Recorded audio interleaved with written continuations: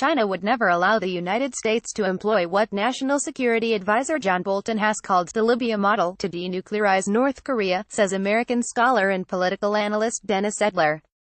Speaking to Fox News on Sunday, Bolton said the White House has very much in mind the Libya model from 2003-2004, a process that saw former Libyan leader Muammar Gaddafi make a full disclosure about his country's weapons programs. Gaddafi agreed to abandon his nuclear ambitions in exchange for sanctions relief. However, he was overthrown years later and killed by US-backed rebels. Foreign policy experts studying North Korea say Pyongyang often cites Gaddafi's fate as the reason why nuclear weapons are the only deterrent against U.S. aggression. As regards the experience of Libya and its denuclearization, it is a totally different situation than what now prevails in Korea. Libya is half a world away and had no defense treaty with China, as does the DPRK, Edler said in an interview on Monday. Nonetheless, China deployed its navy to evacuate tens of thousands of Chinese nationals living and working there, Libya, after the US and NATO decided to overthrow Gaddafi. No such scenario could possibly play itself out in Korea. China would never stand for it, he added.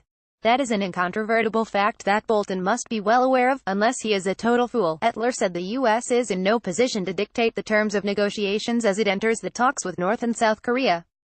The idea that the U.S. is calling the shots turns reality on its head. In fact, the DPRK led by Kim Jong-un has painted Trump into a corner. The abrupt turnaround by Kim with the DPRK's participation in a united Korean team during the Pyeongchang Winter Olympics, and Kim's subsequent overtures to Washington and Seoul took everyone by surprise. As the rapprochement between the two Koreas has increased in momentum, the U.S. has had to react to their new, emerging relationship, he noted.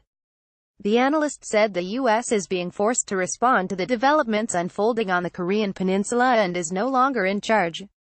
Basically, Kim and the DPRK have seized the initiative, forcing Trump and his team to respond defensively. In other words, Kim has the ball and is running with it. In order to understand what is happening in Korea, it is imperative to understand Kim's and the DPRK leadership's motivations. Their primary objective is to ensure the survival and viability of their country in the face of U.S. threats to subvert it.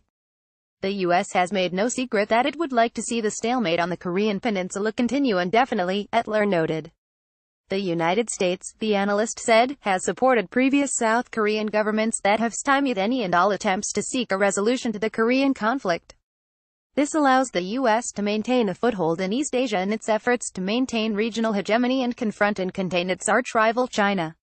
The U.S. refusal to sign a peace treaty with the DPRK and normalize relations is a direct consequence of its imperialist and interventionist foreign policy that it practices worldwide, creating hotspots on tensions wherever it seeks to assert its influence.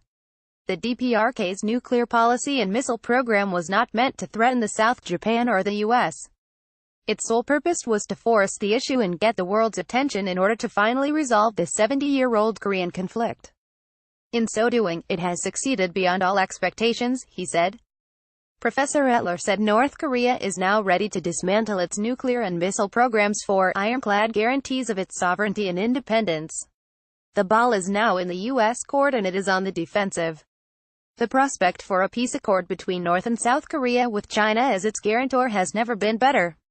The U.S. is faced with a dilemma: either accept the new reality and allow the peace process to continue, or do all that it can to thwart and sabotage it. If it does the former, Trump can take all the credit he wants and even put a Nobel Peace Prize on his mantle. If it does the latter, the U.S. will be seen by one and all as a wrecker and saboteur, pushing the world once again to the brink of war, Edler concluded.